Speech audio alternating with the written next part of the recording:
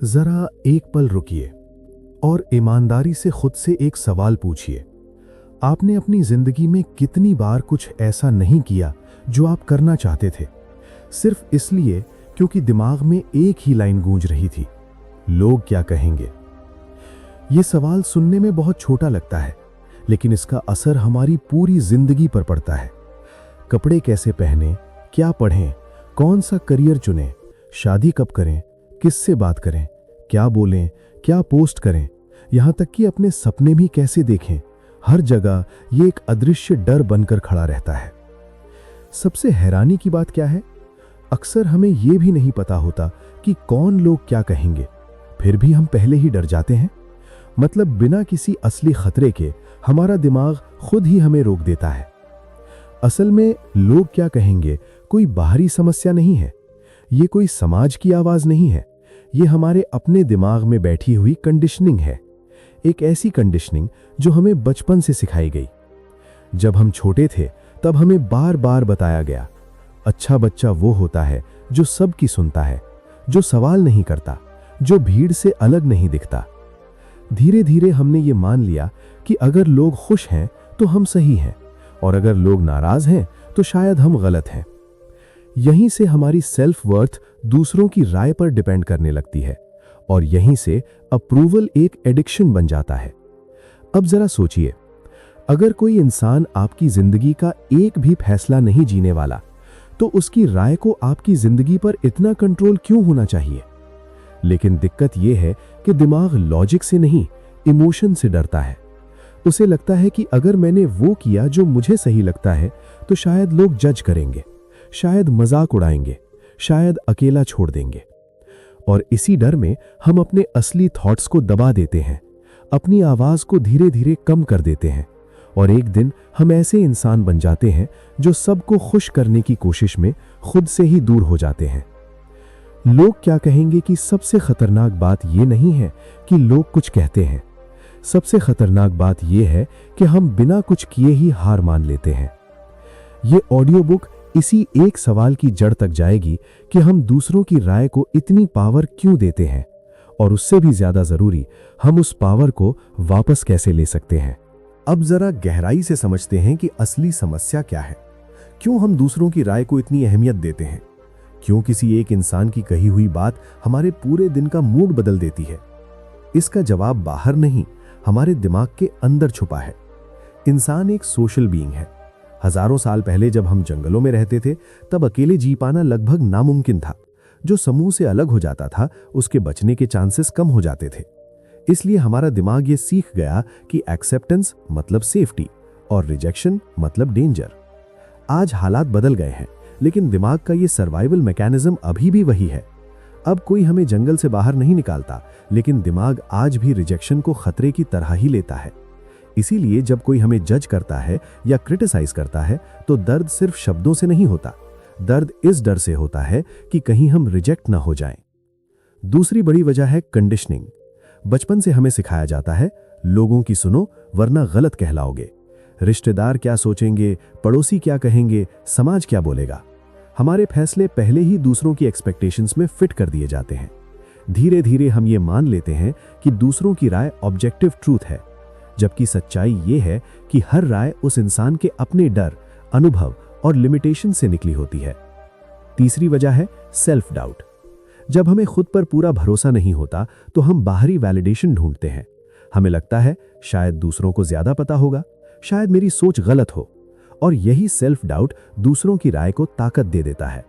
जिस दिन आपके अंदर क्लैरिटी आ जाती है, उस दिन दूसरों की राय अपने आप हल्की हो जाती है। एक और बहुत सटल वजह है कंपैरिजन। आज हम सिर्फ देख नहीं रहे, हम कंपेयर कर रहे हैं। सोशल मीडिया ने यह डर और बढ़ा दिया है। लोगों की जिंदगी हाईलाइट रील जैसी दिखती है, और हम अपनी बिहाइंड द सीन से तुलना करने लगते हैं। फिर हमें लगता है अगर मैं अलग रास्ता चुनूंगा तो लोग मुझे फेल समझेंगे। लेकिन एक बात हमेशा याद रखिए, लोग आपकी जर्नी नहीं देखते, वे सिर्फ अपने नजरिए से कमेंट करते हैं। असल समस्या ये नहीं है कि लोग राय देते हैं, असल समस्या ये है कि हमने अपनी वैल्यू का मेजरमेंट दूसरों के हाथ में दे दिया है। और जब तक ये मेजरमेंट बाहर रहेगा, तब तक लोग क्या कहेंगे हमारे फैसलों को चलाता रहेगा। अब इस जड़ को और गहराई से समझना जरूरी है, क्योंकि जब तक वजह साफ नहीं होगी, समाधान भी आधा ही रहेगा। एक बहुत बड़ी वजह है इमोशनल डिपेंडेंसी। हम अनजाने में अपनी इमोशनल स्टेबिलिटी दूसरों के व्यवहार से जोड़ लेते हैं। अगर किसी ने तारीफ कर दी तो हम ऊपर उठ जाते हैं, अगर किसी ने इग्नोर कर दिया या ताना मार दिया तो अंदर से टूट जाते हैं।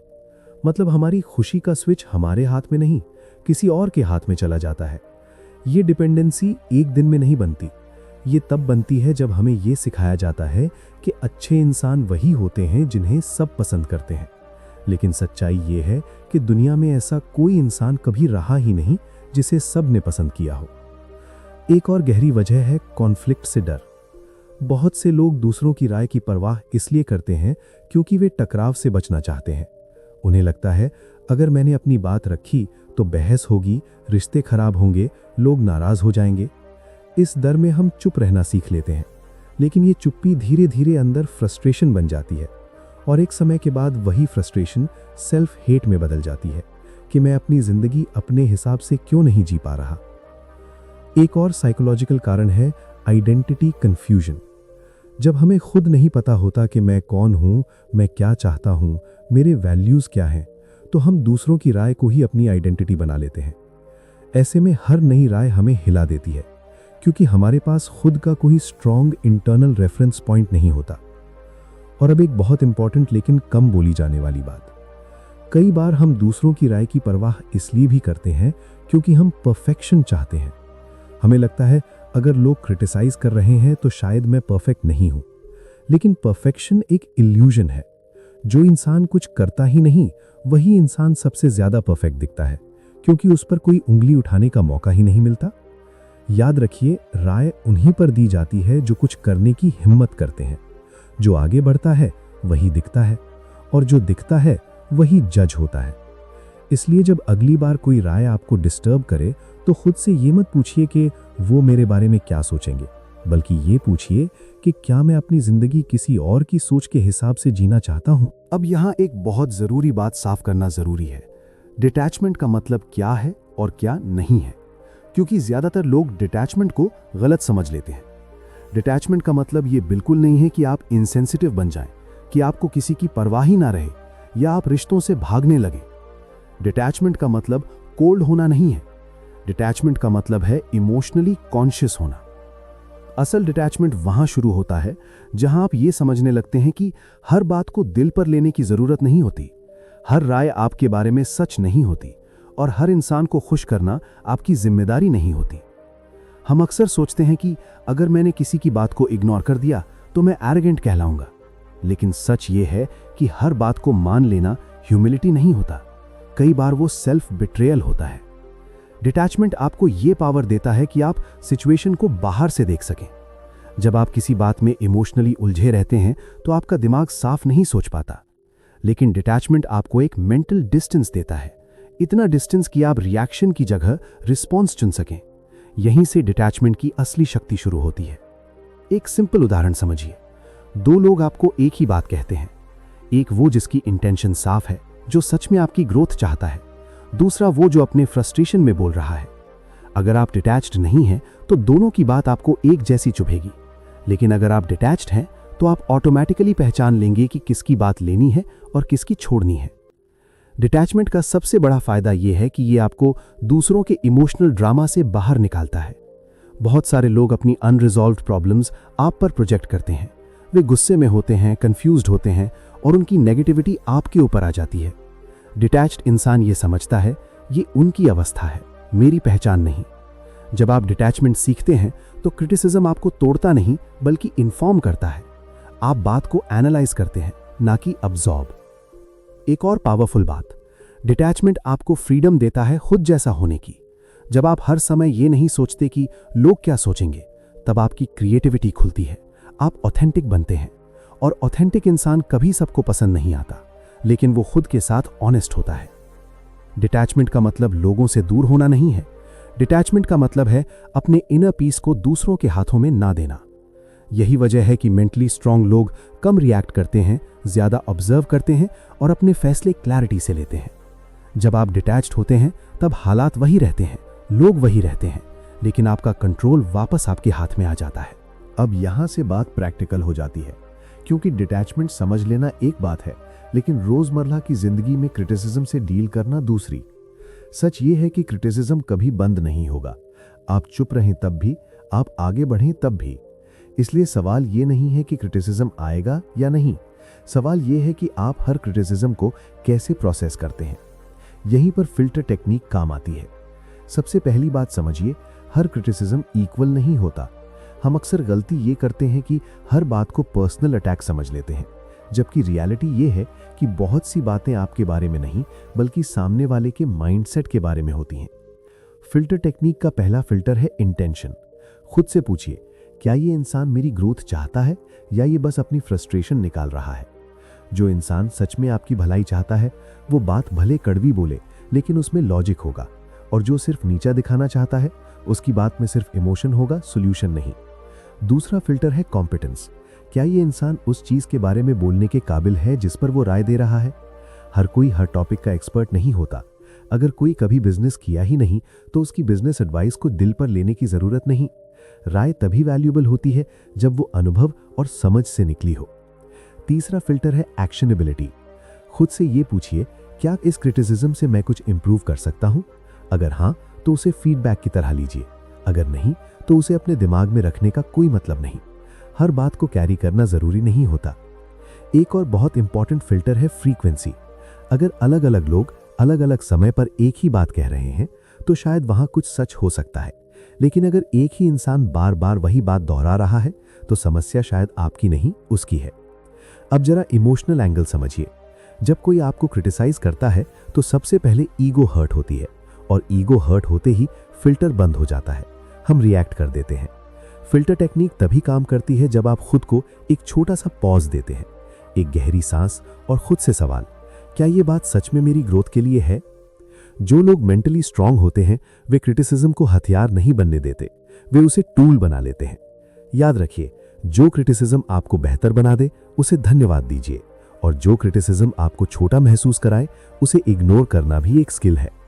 फिल्टर लगाना सीख लेंगे तो क्रिटिसिज्म शोर नहीं रहेगा, वो सिर्फ इंफॉर्मेशन बनकर रह जाएगा। अब यहां एक बहुत सटल लेकिन लाइफ चेंजिंग बदलाव की बात आती है, माइंडसेट शिफ्ट, जिसका नाम है सेल्फ रिस्पेक्ट फर्स्ट।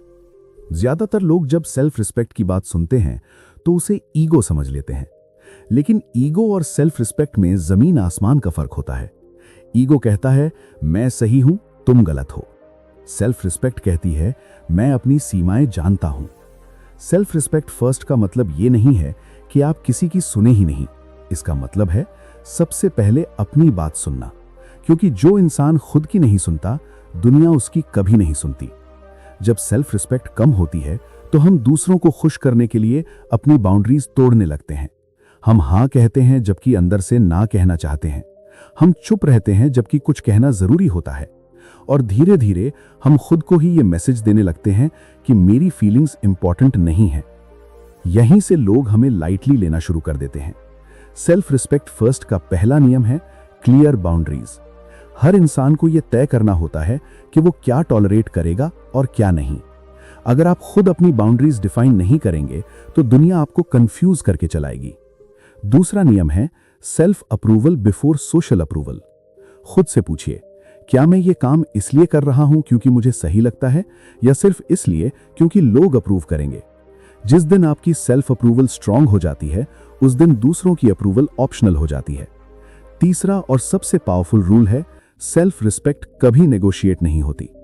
आप समझौता कर सकते हैं, एडजस्ट कर सकते हैं, लेकिन अपनी कोर वैल्यूज को गिरवी नहीं रख सकते। जो इंसान बार बार खुद को इग्नोर करता है वो धीरे धीरे खुद पर भरोसा खो देता है। एक बहुत प्रैक्टिकल एग्जाम्पल समझिए। जब आप खुद को रिस्पेक्ट देते हैं तो आप गलत जगह पर खुद को एक्सप्लेन नहीं करते। आप हर इंसान को कन्विंस करने की कोशिश नहीं करते। आप जानते हैं जो समझेगा वो बिना ज्यादा बोले समझ जाएगा। सेल्फ रिस्पेक्ट फर्स्ट माइंडसेट आपको यह सिखाता है कि रिजेक्शन से डरना नहीं है, क्योंकि रिजेक्शन का मतलब यह नहीं कि आप गलत हैं। कई बार इसका मतलब यह होता है कि आप रॉन्ग क्राउड में सही इंसान हैं। जब सेल्फ रिस्पेक्ट मजबूत होती है तो लोग क्या कहेंगे धीरे धीरे अपनी ताकत खो देता है, क्योंकि अब आपकी जिंदगी की वैल्यू आप तय करते हैं, दुनिया नहीं। अब आते हैं उस स्किल पर जो सबसे ज्यादा अंडररेटेड है, लेकिन मेंटली स्ट्रांग बनने में सबसे ज्यादा पावरफुल, नॉन रिएक्शन पावर। ज्यादातर लोग सोचते हैं कि तुरंत जवाब देना, तुरंत रिएक्ट करना, तुरंत डिफेंड करना ये स्ट्रेंथ की निशानी है। लेकिन सच ये है कि इंस्टेंट रिएक्शन अक्सर कंट्रोल के बाहर होता है, और जो कंट्रोल के बाहर हो वो ताकत नहीं हो सकता। नॉन रिएक्शन का मतलब चुप रह जाना नहीं है। नॉन रिएक्शन का मतलब है रिस्पॉन्स देने से पहले खुद को संभालना, मतलब इमोशन के हाथों में डिसीजन न देना। जब कोई आपको क्रिटिसाइज करता है तो सबसे पहले दिमाग नहीं, ईगो रिएक्ट करता है। हार्ट रेट बढ़ता है, बॉडी टेंस होती है और दिमाग कहता है अभी कुछ बोलो वरना लोग समझेंगे कि तुम हार गए। यहीं पर ज्यादातर लोग गलती कर देते हैं। मेंटली स्ट्रांग लोग इस मोमेंट को पहचान लेते हैं। वे जानते हैं कि इस समय बोला गया हर शब्द अक्सर रिग्रेट बनकर लौटता है। इसलिए वे एक पॉज लेते हैं, कुछ सेकंड का, लेकिन वही पॉज गेम बदल देता है। नॉन रिएक्शन पावर आपको यह एडवांटेज देती है कि आप सामने वाले की असली इंटेंशन देख सकें। कई बार लोग सिर्फ आपको प्रोवोक करना चाहते हैं, आपकी इमोशनल एनर्जी खींचना चाहते हैं। जैसे ही आप रिएक्ट करते हैं वे जीत जाते हैं, लेकिन जब आप रिएक्ट नहीं करते तो उनका कंट्रोल खत्म हो जाता है। एक प्रैक्टिकल उदाहरण समझिए। दो लोग आपको एक जैसी इंसल्ट करते हैं, एक पर आप रिएक्ट करते हैं, दूसरे पर आप शांत रहते हैं। पहला इंसान आपकी इमोशनल स्पेस में घुस गया, दूसरा वहीं रुक गया क्योंकि आपने दरवाजा ही नहीं खोला। नॉन रिएक्शन ये नहीं कहती कि आप हमेशा चुप रहें, ये कहती है कि सही समय पर बोलें। जब इमोशन सेटल हो जाए, जब क्लैरिटी आ जाए, तब दिया गया रिस्पॉन्स ज्यादा शार्प, ज्यादा इफेक्टिव होता है। एक और गहरी बात समझिए, जब आप रिएक्ट नहीं करते तो आप अपने दिमाग को यह सिग्नल देते हैं कि मैं सुरक्षित हूं, मुझे खुद को प्रूव करने की जरूरत नहीं है, और ये सिग्नल धीरे धीरे इनर कॉन्फिडेंस बन जाता है। नॉन रिएक्शन पावर से आर्ग्यूमेंट्स कम होते हैं, रिग्रेट्स कम होते हैं और रिस्पेक्ट अपने आप बढ़ती है, क्योंकि दुनिया इंस्टिंक्टिवली उस इंसान को रिस्पेक्ट करती है जो हर बात पर नहीं उछलता। याद रखिए, हर लड़ाई लड़ने लायक नहीं होती और हर जवाब देने की जरूरत नहीं होती। कई बार आपकी शांति ही आपका सबसे मजबूत जवाब होती है। अब इस नॉन रिएक्शन पावर को और गहराई से समझना जरूरी है, क्योंकि ये सिर्फ बाहर की दुनिया से डील करने की टेक्निक नहीं है, ये अपने अंदर मास्टरी पाने की कला है। जब आप रिएक्ट नहीं करते तो सबसे पहले फायदा ये होता है कि आप सिचुएशन को न्यूट्रल होकर देख पाते हैं। इमोशन शांत होते ही दिमाग क्लैरिटी में आ जाता है, और क्लैरिटी में लिया गया फैसला हमेशा ईगो में लिए गए फैसले से बेहतर होता है।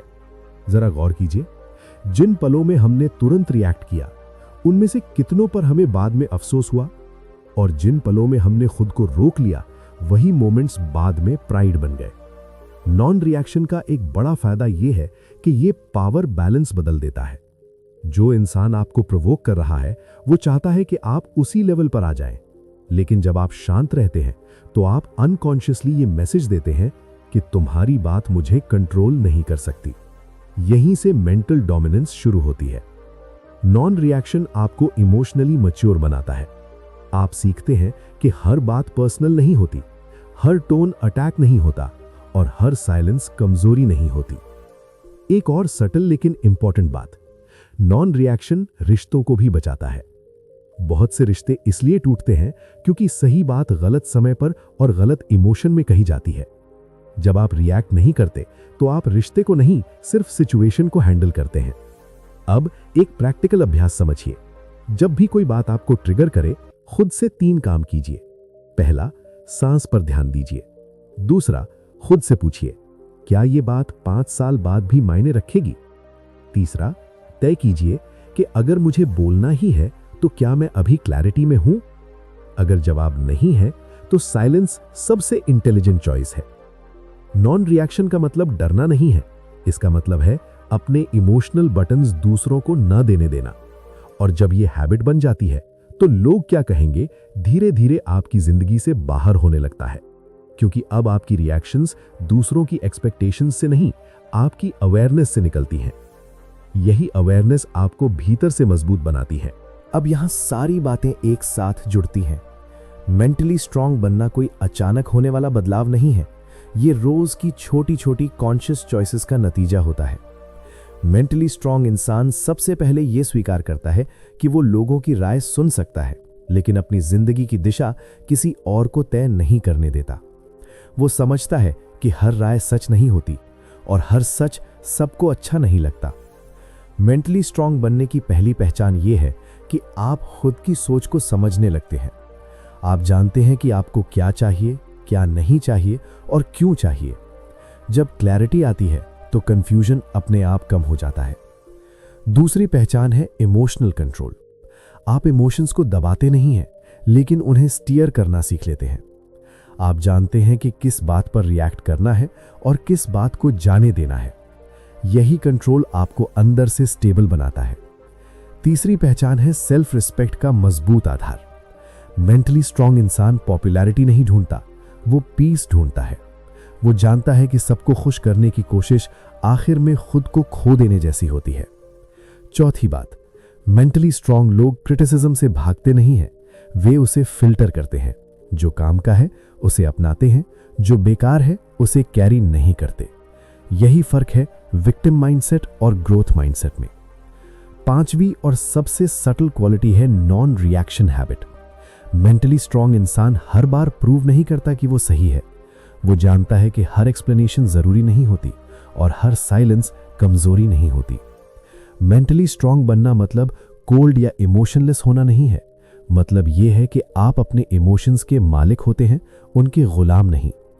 जब आप मेंटली स्ट्रांग होते हैं तो लोग क्या कहेंगे आपकी जिंदगी का सवाल नहीं रह जाता। वो सिर्फ एक नॉइज बनकर रह जाता है जिसे आप सुन सकते हैं लेकिन फॉलो नहीं करते। और यही असली ताकत है, खुद के साथ खड़े रहना, चाहे दुनिया कुछ भी कहे। अगर इस पूरे विषय ने आपको कहीं ना कहीं सोचने पर मजबूर किया है, अगर आपको अपनी जिंदगी के कुछ फैसले याद आए हैं जहां आपने खुद को पीछे रोका था, तो समझ लीजिए ये ऑडियो बुक सिर्फ सुनने के लिए नहीं था, ये जागने के लिए था। याद रखिए, दुनिया आपको तभी तक चलाती है जब तक आप अपनी सोच की चाबी दूसरों के हाथ में देते रहते हैं। जिस दिन आपने खुद पर भरोसा करना शुरू कर दिया, उसी दिन लोग क्या कहेंगे आपकी जिंदगी से बाहर होने लगता है। अगर आपको लगा कि ये वीडियो आपके माइंडसेट को थोड़ा भी मजबूत बना पाया, तो इसे लाइक जरूर कीजिए। इस चैनल को सब्सक्राइब कीजिए ताकि हर वो बात आप तक पहुंचती रहे जो आपको अंदर से स्ट्रांग बनाए। नीचे कमेंट में जरूर लिखिए लोग क्या कहेंगे ने आपकी जिंदगी में किस एक फैसले को सबसे ज्यादा रोका था।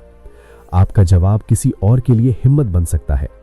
और इसे शेयर कीजिए उस इंसान के साथ जो आज भी अपनी जिंदगी दूसरों की सोच के हिसाब से जी रहा है। क्योंकि आखिर में जिंदगी उनकी नहीं बदलती जो सिर्फ सोचते हैं, जिंदगी उनकी बदलती है जो खुद के लिए खड़े होना सीख लेते हैं।